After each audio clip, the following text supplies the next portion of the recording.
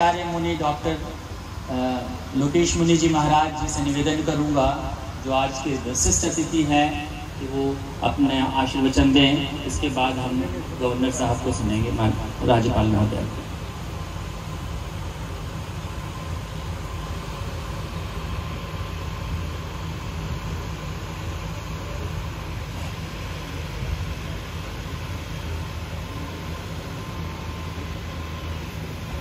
हरिजन सेवक संघ के 91वें स्थापना दिवस समारोह के अवसर पर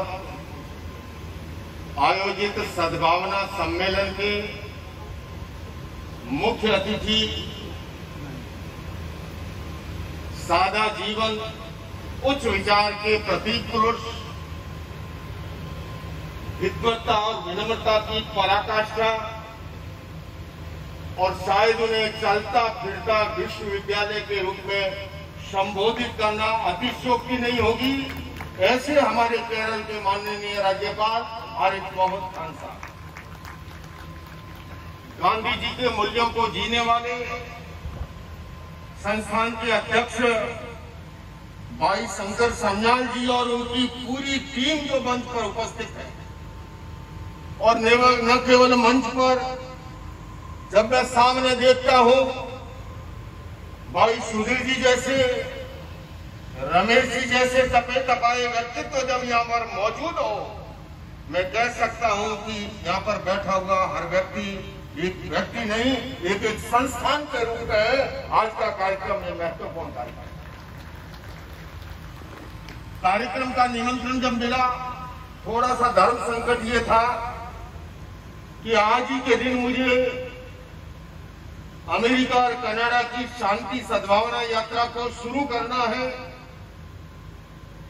और सेंट्रल दिल्ली से काफी दूर यह स्थान स्थित है। पर भला जब महात्मा गांधी का नाम सामने हो, हरिजन सेवक संघ के कार्यकलाप सामने हो,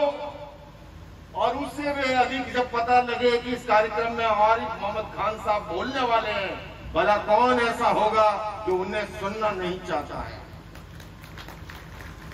बंधुओं और बहनों, इस कार्यक्रम में आकर के मैं एक अलग भावात्मक लगाव महसूस करता हूं, और वो इसलिए महसूस करता हूं, माननीय राज्यपाल श्री से भी निवेदन करूंगा कि महात्मा गांधी की जो अहिंसा से विचार और भगवान महावीर ने 2600 वर्ष पूर्व जो सूक्ष्म चिंतन किया अहिंसा का, और वही विचार जो है श्रीमद राजचंद्र और वीरचंद राघव जी गांधी के माध्यम से, और ये केवल इतना ही नहीं, जब एक कार्य के लिए जर्मन स्कॉलर ने वीरचंद राघव जी गांधी को श्रेय दिया, तो राष्ट्रपिता महात्मा गांधी कहते हैं, ना हूं क्या ना तो क्या वीरचंद भाई गांधी था, जिन्होंने स्वामी विवेकानंद के साथ 1893 में विश्व धर्म संसद को संबोधित किया था। अभी सन्याल जी ने कहा कि इस वर्ष आचार्य जी ने उसी विश्व धर्म संसद के ओपनिंग सेशन के स्पीकर थे। ये बड़ी बात नहीं है, बड़ी बात ये है, हमारा भारत देश वसुधैव कुटुंबकम जिसका संदेश है, और जिस समय विवेकानंद जी ने उस धरती पर खड़े होकर के उसी वसुधैव कुटुंबकम के संदेश को, सर्वे भवन्तु सुखिनः सर्वे सन्तु निरामय के संदेश को भाइयों और बहनों के रूप में संबोधित किया। पूरे विश्व को उन्होंने, इस वर्ष हमने G20 की अध्यक्षता करते हुए जो हमारे देश ने स्लोगन दिया है वसुधैव कुटुंबकम का, वास्तव के अंदर यह भारत की खूबी है। लेकिन बंधुओं और बहनों, मैं अवश्य कहना चाहूंगा, और माननीय राज्यपाल श्री की मौजूदगी के अंदर भारत सदैव जो है वो जोड़ने में विश्वास करता है, तोड़ने में विश्वास नहीं करता। धर्म हमें जोड़ना सिखाता है, तोड़ना नहीं सिखाता। हिंसा, घृणा, भय और नफरत का कोई स्थान धर्म के क्षेत्र में हो नहीं सकता। और मैं तो निवेदन करना चाहूंगा इस मंच से, कनाडा हमारा अच्छा मित्र, पर भला उस धरती से कुछ मुट्ठी भर अलगाववादी लोगों को जब प्रोत्साहन मिलता है तो पीड़ा अवश्य होती है, बल्कि कनाडा सरकार को करना चाहिए वहां पर इस तरह के जो तत्व है उन पर अंकुश लगना चाहिए, क्योंकि भारत में कभी भी किसी के साथ जो है वह मनोवृत्ति नहीं रही है। भारत आज भी वसुधैव कुटुंबकम में विश्वास करता है। मैं जैन परंपरा से आता हूँ, जैन धर्म को मान्यता का दर्जा है, और मैं कहता हूँ माननीय राज्यपाल श्री, भारत में जितने माइनॉरिटी सुखी है और उनका हितों का जो साधन होता है, अन्य किसी देश में ऐसा नहीं होता होगा। यह भारत की खूबी है,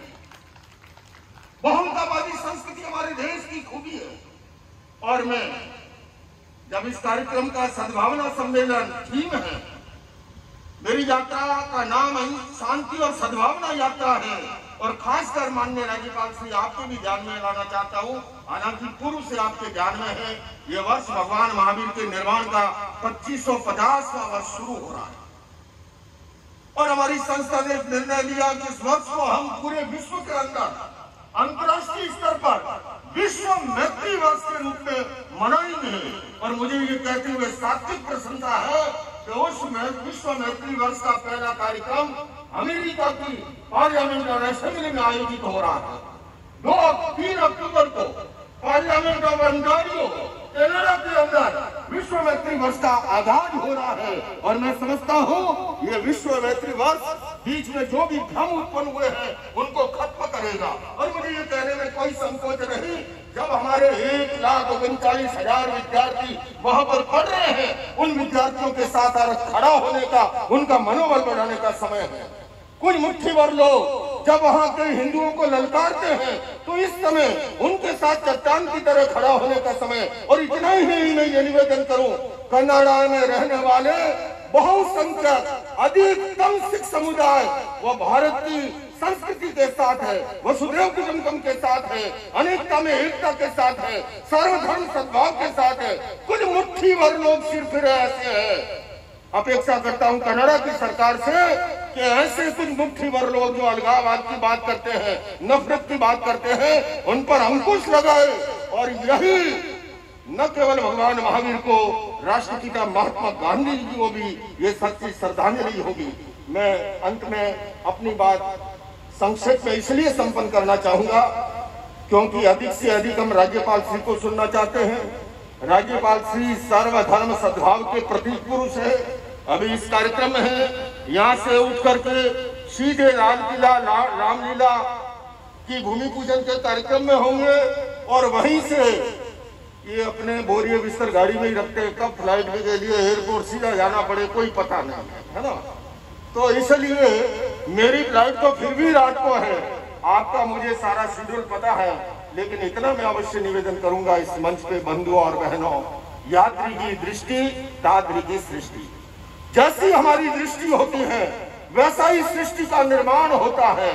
जैन दर्शन में इसीलिए सम्यक दर्शन को महत्व दिया गया। केवल इतना ही, एक रूपक के साथ एक व्यक्ति मेले में गया तो उसने कहा जी कि आज तो चिड़िया बड़ा अच्छा बोल रही है, हिंदू भाई था। तो किसी ने कहा अरे चिड़िया का बोलना अच्छा क्या बुरा क्या? बोले नहीं, देखो चिड़िया आज तो कह रही है राम लक्ष्मण दशरथ, राम लक्ष्मण दशरथ, राम लक्ष्मण दशरथ। वहां से एक मौलवी साहब गुजर रहे थे,